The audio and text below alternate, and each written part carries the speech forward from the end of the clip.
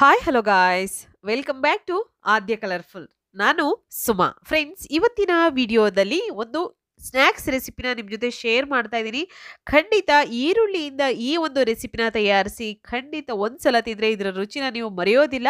ಹಾಗೆ ಇದಕ್ಕಿಂತ ಮುಂಚೆ ಯಾವತ್ತೂ ಕೂಡ ನೀವು ತಯಾರಿಸಿರಲ್ಲ ಅನಿಸುತ್ತೆ. ಒಂದ್ಸಲ ತಯಾರಿಸಿ ನೋಡಿ, ನಿಮ್ಗೆಲ್ಲರಿಗೂ ಕೂಡ ತುಂಬಾನೇ ಇಷ್ಟ ಆಗುವಂತಹ ಒಂದು ರೆಸಿಪಿ. ಸೊ ಈ ಒಂದು ರೆಸಿಪಿ ಮಾಡೋದಕ್ಕೆ ಮೊದಲನೇದಾಗಿ ಒಂದು ಪ್ಯಾನಿಗೆ ಇಲ್ಲಿ ಅರ್ಧ ಕಪ್ ಆಗುವಷ್ಟು ನಾನು ಉದ್ದಿನ ಬೇಳೆ ಅಥವಾ ಉದ್ದಿನ ಕಾಳು ಯಾವುದನ್ನು ಬೇಕಿದ್ರೂ ತಗೋಬಹುದು. ನಾನಿಲ್ಲಿ ಉದ್ದಿನ ಕಾಳನ್ನು ತಗೊಳ್ತಿದ್ದೀನಿ. ಸೊ ಇಷ್ಟನ್ನ ಹಾಕಿ ನಾವು ಫ್ರೈ ಮಾಡ್ಕೊಳ್ಳೋಣ. ಫ್ರೆಂಡ್ಸ್, ನೀವ್ಯಾರಾದ್ರೂ ಫಸ್ಟ್ ಟೈಮ್ ನನ್ನ ಚಾನಲ್ಗೆ ವಿಸಿಟ್ ಮಾಡಿದರೆ ಪ್ಲೀಸ್ ನನ್ನ ಚಾನಲ್ನ ಸಬ್ಸ್ಕ್ರೈಬ್ ಮಾಡ್ಕೊಳ್ಳಿ, ಹಾಗೆ ಲೈಕ್ ಮಾಡಿ ಮತ್ತು ಶೇರ್ ಮಾಡಿ ಫ್ರೆಂಡ್ಸ್. ಓಕೆ, ಸೊ ಈಗ ಈ ಚಳಿಲಿ ನಮಗೆ ಏನಾದರೂ ಈವ್ನಿಂಗ್ ಸ್ನ್ಯಾಕ್ಸ್ ತಿಂತಾ ಇರಬೇಕು, ಬಿಸಿ ಬಿಸಿಯಾಗಿರೋದು ಅಂತ ಅನ್ನಿಸ್ತಾ ಇರುತ್ತೆ ಚಳಿಗೆ. ಸೊ ಖಂಡಿತ ನಿಮಗೆ ಬೇಕು ಅಂದಾಗ ಇದನ್ನು ತಯಾರಿಸಿ ನೀವು ಸ್ಟೋರ್ ಮಾಡಿ ಕೂಡ ಇಟ್ಕೋಬೋದು. ಟೇಸ್ಟಿಯಾಗಿರುವಂತಹ ಒಂದು ಈವ್ನಿಂಗ್ ಸ್ನ್ಯಾಕ್ಸ್ ರೆಸಿಪಿ. ಸೊ ಈ ಒಂದು ಸ್ನ್ಯಾಕ್ಸನ್ನು ಖಂಡಿತ ಒಂದ್ಸಲ ತಯಾರಿಸಿ ಹೇಗೆ ಬಂತು ಅಂತ ತಿಳಿಸಿ. ಓಕೆ, ಸೊ ನೋಡಿ, ಸ್ವಲ್ಪ ಕಲರ್ ಚೇಂಜ್ ಆಗಬೇಕು, ಅಲ್ಲಿವರೆಗೂ ಉದ್ದಿನ ಬೇಳೆನ ನಾವು ಉರಿಬೇಕಾಗುತ್ತೆ. ಉದ್ದಿನ ಬೇಳೆ ಅಥವಾ ಉದ್ದಿನ ಕಾಳು ಯಾವುದನ್ನಾದರೂ ತಗೊಳ್ಳಿ. ಸೊ ಈಗ ಸ್ವಲ್ಪ ತಣ್ಣಗಾಯಿತು, ಅದು ಪೂರ್ತಿ ತಣ್ಣಗಾದ ನಂತರ ಅದನ್ನು ಒಂದು ಮಿಕ್ಸಿ ಜಾರ್ಗೆ ಹಾಕ್ಕೊಂಡಿದ್ದೀನಿ. ಸೊ ಪೌಡರ್ ಮಾಡ್ಕೊಂಬರೋಣ. ನಂತರ ಇಲ್ಲಿ ಒಂದು ಬೌಲ್ ತೊಗೊಂಡಿದ್ದೀನಿ. ಈ ಬೌಲಿಗೆ 1 ಕಪ್ ಆಗುವಷ್ಟು ನಾನು ಅಕ್ಕಿ ಹಿಟ್ಟನ್ನು ಹಾಕ್ಕೊಳ್ತಾ ಇದ್ದೀನಿ. ನಾವು ರೊಟ್ಟಿಗೆ ಉಪಯೋಗಿಸ್ತೀವಲ್ಲ, ಅದೇ ಅಕ್ಕಿ ಹಿಟ್ಟು. ಸೊ ನಾವು ಮನೆಯಲ್ಲಿ ಅಕ್ಕಿ ಹಿಟ್ಟನ್ನು ಮಾಡ್ಕೊಳ್ಳುವಂಥ ವಿಧಾನ ಹೇಗೆ ಅಂತ ಅಂದರೆ, ಅಕ್ಕಿನ ತೊಳೆದು ನಾವು ಒಂದು ಫ್ಯಾನಲ್ಲೋ ಅಥವಾ ಬಿಸಿಲಲ್ಲಿ ಒಣ ಹಾಕಿ ನಂತರ ಪೌಡರ್ ಮಾಡಿ ಇಟ್ಕೊಂಡಿರ್ತೀವಲ್ಲ, ಅದೇ ಅಕ್ಕಿ ಹಿಟ್ಟು. ಸೊ ಇಲ್ಲಿ ಈರುಳ್ಳಿನ ಕಟ್ ಮಾಡಿ ಇಟ್ಕೊಂಡಿದ್ದೀನಿ. ಸುಮಾರು ಒಂದು 4 ಈರುಳ್ಳಿ ತೊಗೊಂಡಿದ್ದೀನಿ. ಇಲ್ಲಿ ಮೀಡಿಯಮ್ ಸೈಜಲ್ಲಿರುವಂತಹ 4 ಈರುಳ್ಳಿನ ಈ ಥರ ಉದ್ದುದ್ದವಾಗಿ ಕಟ್ ಮಾಡ್ಕೊಂಡಿದ್ದೀನಿ. ನಂತರ ಇಲ್ಲಿ ಪೌಡರ್ ಮಾಡಿರೋಂತಹ ಉದ್ದಿನ ಹಿಟ್ಟು, ಉದ್ದಿನ ಕಾಳನ್ನು ಪೌಡರ್ ಮಾಡಿ ಇಟ್ಕೊಂಡಿದ್ದೀನಿ ನಾನು. ಸೊ ಅದನ್ನು ಈಗ ಒಂದು ಅಕ್ಕಿ ಹಿಟ್ಟಿನ ಬೌಲಿಗೆ ಹಾಕ್ಕೊಳ್ತಾ ಇದ್ದೀನಿ. ನೋಡಿ, ಈ ರೀತಿಯಾಗಿ ನಾವು ಎರಡನ್ನು ಕೂಡ ಹಾಕ್ಕೊಂಡಿದ್ದೀವಿ. ಈಗ ಅದೇ ಒಂದು ಮಿಕ್ಸಿ ಜಾರಿಗೆ ನಾವು ಈರುಳ್ಳಿ ಕೂಡ ಹಾಕ್ಕೊಳ್ಳೋಣ. ನೋಡಿ, ಕಟ್ ಮಾಡಿರೋಂಥ ಈರುಳ್ಳಿನ ಹಾಕ್ಕೊಳ್ತಾ ಇದ್ದೀನಿ. ಸೊ ಈಗ ಇದನ್ನು ಕೂಡ ನೀರು ಬೇಕು ಅಂದರೆ ಉಪಯೋಗಿಸಿ, ಇಲ್ಲ ಅಂತ ಅಂದರೆ ಹಾಗೇ ಇದನ್ನು ಗ್ರೈಂಡ್ ಮಾಡ್ಕೊಂಬನ್ನಿ. ಜಾಸ್ತಿ ನೀರೇನು ಬೇಕಾಗೋದಿಲ್ಲ. 1 ಸ್ಪೂನ್ ಅಥವಾ 2 ಸ್ಪೂನ್ ಬೇಕು ಅಂದರೆ ಹಾಕ್ಕೊಳ್ಳಿ. ನಂತರ ನೋಡಿ, ಈ ಥರ ನುಣ್ಣಗೆ ಇದನ್ನು ಗ್ರೈಂಡ್ ಮಾಡ್ಕೊಂಡು ಬಂದಿದ್ದೀನಿ ನಾನು. ಇವಾಗ ಗ್ರೈಂಡ್ ಮಾಡಿರೋಂತಹ ಈರುಳ್ಳಿನ ನಾವು ಈರುಳ್ಳಿ ಪೇಸ್ಟನ್ನು ಇದಕ್ಕೆ ಹಾಕ್ಕೊಳ್ಳೋಣ. ನಾನು ಹಾಕ್ಕೊಳ್ತಾ ಇದ್ದೀನಿ. ಸೊ ನಂತರ ಇದಕ್ಕೆ ಖಾರಕ್ಕೆ ಅನುಗುಣವಾಗಿ ಅಚ್ಕಾರದ ಪುಡಿನ ಹಾಕ್ಕೊಳ್ಳೋಣ. ಸೊ ಸುಮಾರು ಟೈಪಲ್ಲಿ ನೀವು ಚಕ್ಲಿ ರೆಸಿಪಿಗಳನ್ನು ಖಂಡಿತ ಮನೆಯಲ್ಲಿ ತಯಾರಿಸಿರ್ತೀರ ಫ್ರೆಂಡ್ಸ್. ಆದರೆ ಈರುಳ್ಳಿ ಚಕ್ಲಿನ ಒಂದ್ಸಲ ತಯಾರಿಸಿ ನೋಡಿ, ಅದರ ಟೇಸ್ಟ್ ಹೇಗೆ ಅನಿಸುತ್ತೆ ಅಂತ ತಿಳಿಸಿ ನನಗೆ. ತುಂಬ ಟೇಸ್ಟಿ ಅನಿಸುತ್ತೆ. ನಂತರ ನೋಡಿ, ಇವಾಗ ನಾನು ಖಾರಕ್ಕೆ ಅನುಗುಣವಾಗಿ ಹಾಕ್ಕೊಳ್ತಾ ಇದ್ದೀನಿ. ಸುಮಾರು 1.5 ಸ್ಪೂನ್ ಆಗೋಷ್ಟು ಅಚ್ಕಾರದ ಪುಡಿ ತೊಗೊಂಡಿದ್ದೀನಿ. ಹಾಗೆ ಒಂದು ಪಿಂಚಷ್ಟು ಅಡುಗೆ ಅರಿಶಿನ ಹಾಕ್ಕೊಂಡಿದ್ದೀನಿ, ನೋಡ್ಬೋದು ನೀವು. ನಂತರ ಇಲ್ಲಿ ನಾನು ಜೀರಿಗೆ ಪೌಡರ್ ಹಾಕ್ಕೊಳ್ತೀನಿ. ನೀವು ಬೇಕು ಅಂದರೆ ಜೀರಿಗೆ ಕೂಡ ಹಾಗೆ ಹಾಕ್ಕೊಳ್ಬೋದು. ಸೊ ಒಂದು ಅರ್ಧ ಸ್ಪೂನ್ ಆಗೋಷ್ಟು ಜೀರಿಗೆ ಪೌಡರ್ನ ಹಾಕ್ಕೊಂಡಿದ್ದೀನಿ ನಾನು. ನಂತರ ಕಡಲೆ ಹಿಟ್ಟು 2 ಟೇಬಲ್ ಸ್ಪೂನ್ ಆಗುವಷ್ಟು ಕಡಲೆ ಹಿಟ್ಟನ್ನು ತಗೊಳ್ತಾ ಇದ್ದೀನಿ. ನಂತರ ಇಲ್ಲಿ ಒಂದು 2 ಟೇಬಲ್ ಸ್ಪೂನ್ ಆಗುವಷ್ಟು ಬಿಸಿ ಎಣ್ಣೆನ ಹಾಕ್ಕೊಳ್ಳೋಣ. ಬಿಸಿ ಎಣ್ಣೆ, ಕಾಯಿಸಿರೋಂಥ ಬಿಸಿ ಎಣ್ಣೆನ ಹಾಕ್ಕೊಳ್ಬೇಕು. ನಂತರ ಎಣ್ಣೆ ಬೇಡ ಅಂದರೆ ನೀವು ಬೆಣ್ಣೆ ಕೂಡ ಹಾಕ್ಕೊಳ್ಬೋದು, ಅದು ಕೂಡ ತುಂಬ ಚೆನ್ನಾಗಿರುತ್ತೆ. ಸೊ ನಂತರ ಇವಾಗ ಹೀಗೆ ರೀತಿ ನಾವು ಮಿಕ್ಸ್ ಮಾಡ್ಕೊಳ್ಳೋಣ. ಬಿಸಿ ಇರುತ್ತೆ ಸ್ವಲ್ಪ. ಸೊ ಹಾಗಾಗಿ ಒಂದು ಸ್ಪೂನಿನ ಸಹಾಯದಿಂದ ನೀವು ಮಿಕ್ಸ್ ಮಾಡ್ಕೊಳ್ಳಿ. ನೋಡಿ, ಈ ರೀತಿಯಾಗಿ ನಾನು ಮಿಕ್ಸ್ ಮಾಡ್ಕೊಳ್ತಾ ಇದ್ದೀನಿ. ನಂತರ ಸ್ವಲ್ಪ ತಣ್ಣಗಾದ ನಂತರ ಕೈಯಿಂದನೇ ಈ ರೀತಿ ಮಿಕ್ಸ್ ಮಾಡ್ಕೊಳ್ಳೋಣ. ಸ್ವಲ್ಪ ನೀರನ್ನು ಹಾಕ್ಕೊಳ್ತಾ, ಬೇಕು ಅಂದಾಗ ನೀರನ್ನು ಹಾಕ್ಕೊಳ್ಳಿ. ಆದರೆ ಸ್ವಲ್ಪ ಸ್ವಲ್ಪನೇ ನೀರನ್ನು ಹಾಕ್ಕೊಳ್ಳಿ, ಒಂದೇ ಸಲ ಜಾಸ್ತಿ ನೀರನ್ನು ಹಾಕ್ಕೊಳ್ಳೋಕೆ ಹೋಗಬೇಡಿ. ನೋಡಿ, ಈ ರೀತಿಯಾಗಿ ಮಿಕ್ಸ್ ಮಾಡ್ಕೊಳ್ತಾ ಇದ್ದೀನಿ.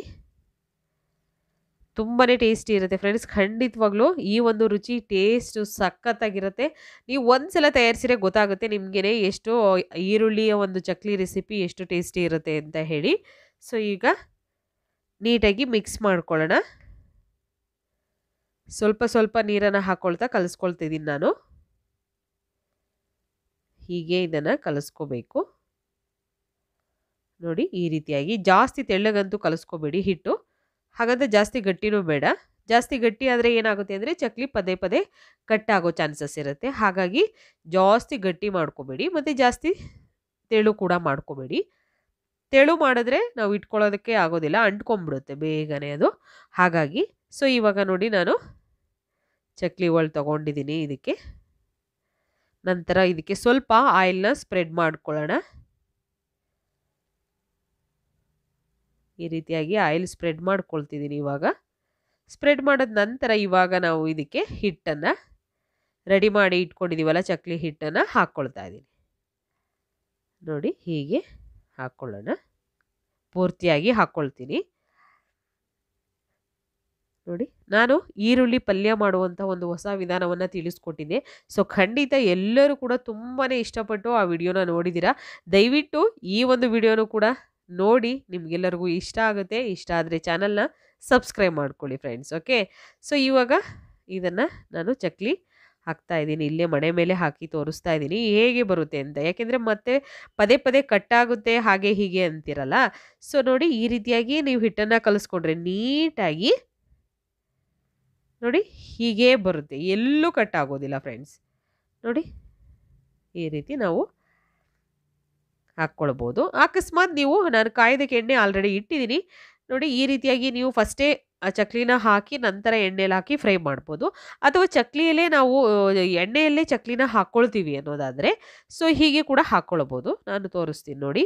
ಆದರೆ ಎಣ್ಣೆಯಲ್ಲಿ ಹಾಕಬೇಕಾದ್ರೆ ಸ್ವಲ್ಪ ಹುಷಾರಾಗಿ ನೀವು ಚಕ್ಲಿನ ಹಾಕ್ಕೊಳ್ಬೇಕಾಗುತ್ತೆ. ಯಾಕೆಂದರೆ ಸ್ವಲ್ಪ ಎಣ್ಣೆ ಬಿಸಿನೂ ಇರುತ್ತೆ ಮತ್ತು ಸಿಡಿಯೋ ಚಾನ್ಸಸ್ ಏನಾದರೂ ಇದ್ದರೆ ಖಂಡಿತ ಕಷ್ಟ. ಸೊ ಹಾಗಾಗಿ ನೀವು ತಟ್ಟೆಯಲ್ಲೇ ಹಾಕ್ಕೊಂಡು ನಂತರ ಈ ರೀತಿಯಾಗಿ ನೀವು ಎಣ್ಣೆಯಲ್ಲಿ ಬೇಯಿಸ್ಕೊಬೋದು. ಸೊ ನೋಡಿ ನಾನು 2 ಚಕ್ಲಿ ಮಾತ್ರ ಹಾಕ್ಕೊಂಡಿದ್ದೀನಿ. ಯಾಕೆಂದರೆ ಎಣ್ಣೆಯಲ್ಲಿ ಹಾಕಿದಾಗ ಅಷ್ಟು ಹಾಕೋಕ್ಕಾಗಲ್ಲ, ಯಾಕೆಂದರೆ ಅದ್ರ ಬಿಸಿ ನಮಗೆ ಕೈಗೆ ಸುಡ್ತಾ ಇರುತ್ತೆ.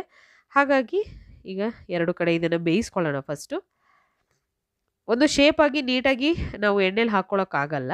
ಸೊ ಹಾಗಾಗಿ ನೀವು ಒಂದು ತಟ್ಟೆಯಲ್ಲಿ ಹಾಕ್ಕೊಳ್ಳೋದು, ತಟ್ಟೆಯಲ್ಲಿ ಹಾಕಿ ನಂತರ ನೀವು ಎಣ್ಣೆಯಲ್ಲಿ ಬೇಯಿಸ್ಕೊಳ್ಳೋದು ಒಳ್ಳೆಯದು.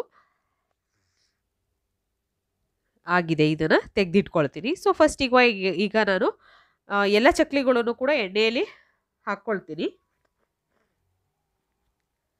ನಾನು ಇವಾಗ ಏನು ಮಾಡಿದ್ದೀನಿ ಅಂದರೆ ಫಸ್ಟೇ ನಾನು ತಟ್ಟೆಯಲ್ಲಿ ಹಾಕ್ಕೊಂಡಿದ್ದೀನಿ. ಎಲ್ಲ ಚಕ್ಲಿಗಳನ್ನು ತಟ್ಟೆಯಲ್ಲೇ ಮಾಡಿ ಇಟ್ಕೊಂಡಿದ್ದೀನಿ. ಸೊ ನಂತರ ಇವಾಗ ನಾನು ಎಣ್ಣೆಯಲ್ಲಿ ಬೇಯಿಸ್ಕೊಳ್ತಾ ಇದ್ದೀನಿ.